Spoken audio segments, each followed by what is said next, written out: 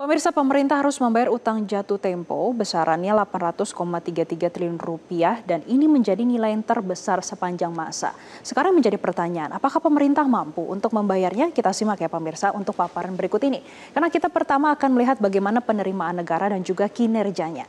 Jadi pemirsa, saat rapat kerja dengan DPR, Menteri Keuangan Sri Mulyani ini menjelaskan kalau penerimaan negara pada semester 1 di tahun 2025 ini memang tertekan. Ada beberapa faktor yang mempengaruhi penerimaan negara di tahun 2025. Jadi ini beberapa faktornya ya pemirsa. Yang pertama, ada kenaikan tarif pajak pertambahan nilai menjadi 12% yang menyumbang penerimaan 71 triliun rupiah. Tidak hanya terkait itu pemirsa, untuk penerimaan negara ini juga dipengaruhi sejumlah faktor lainnya. Seperti penurunan harga minyak dan juga gas bumi yang kita ketahui dan kita lihat bersama. Karena ini ada beberapa dinamika global yang mempengaruhi. Kemudian ada juga dividen BUMN yang tidak disetorkan ke kas negara. Jadi itulah yang menyebabkan kenapa penerimaan negara ini targetnya di tahun 2025 akan 95,4% dari target APBN sepanjang tahun 2025. Jadi pemirsa, pemerintah memperkirakan untuk penerimaan di tahun 2025 hanya mencapai 95,4% dari target APBN atau kisarannya di 2.865,5 triliun rupiah. Oke, itu kita melihat dari penerimaan negara yang tertekan dan diproyeksikan tidak mencapai targetnya, yaitu tidak mencapai 100% untuk tahun 2025. Meski sudah dikurangi, tapi belanja negara ini diperkirakan tetap besar, yaitu 3.527 triliun rupiah. Kita akan lihat ya pemirsa, ini datanya. Kenapa pemirsa? Ini karena ada beberapa program pemerintah. Kalau tadi kita sudah membahas bagaimana dengan penerimaan, faktor apa saja yang mempengaruhi kenapa tidak akan mencapai target 100%. Kita akan melihat terkait dengan belanja negara. Jadi ada beberapa program pemerintah ini seperti makan bergizi gratis, sekolah rakyat, dan juga penguatan ketahanan pangan. Ditambah ada nih yang terbaru pemirsa, ini juga mempengaruhi bagaimana kemampuan dan juga belanja negara kita. Yang terbaru itu adalah Presiden yang memborong 24 jet tempur Rafale F4 buatan Prancis yang menjadi kelanjutan nih pemirsa.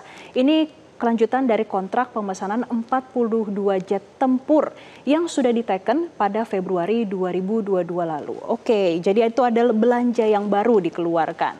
Nah, karena hal tersebut akhirnya pemerintah memperkirakan untuk defisit anggaran di tahun 2025 melebar pemirsa. Jadi awalnya memang dalam APBN 2025 targetnya kan 2,53%.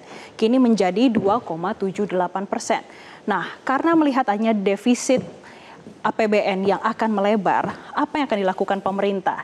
Jadi, pemerintah ini meminta persetujuan Banggar DPR untuk menggunakan saldo anggaran lebih atau SAL sebagai sumber pembiayaan defisit. Karena dari 2,53 menjadi 2,78. Dan nilai SAL yang akan digunakan besarannya mencapai 85,6 triliun rupiah. Ini dari berapa? Dari 457,5 triliun rupiah yang menjadi sisa saldo akhir di APBN 2024 lalu.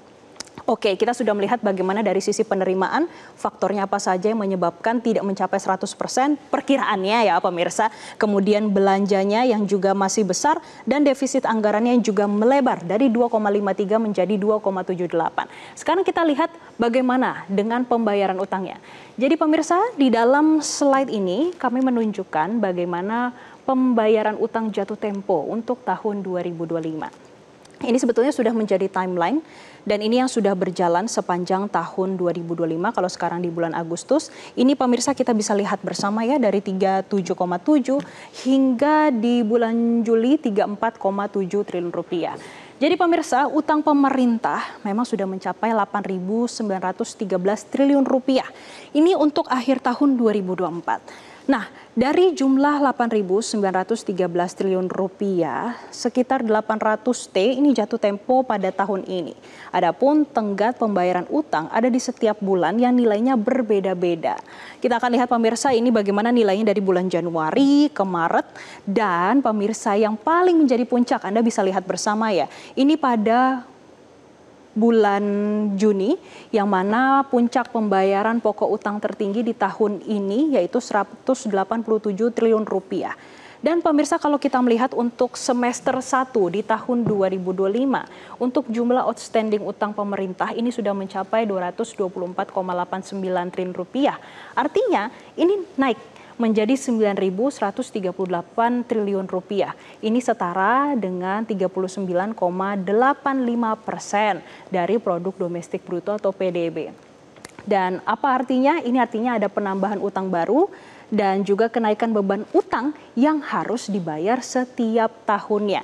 Kira-kira bagaimana kemampuan pemerintah, kita akan lihat bersama pemirsa. Tentunya kita akan melihat bagaimana kinerja APBN dan juga kita akan melihat bagaimana nanti RAPBN untuk tahun 2026 dengan sejumlah penerimaan belanja defisit dan juga terkait dengan pembayaran utang yang ternyata outstandingnya pun sudah naik. Jelajahi cara baru mendapatkan informasi. Download Metro TV Extend sekarang.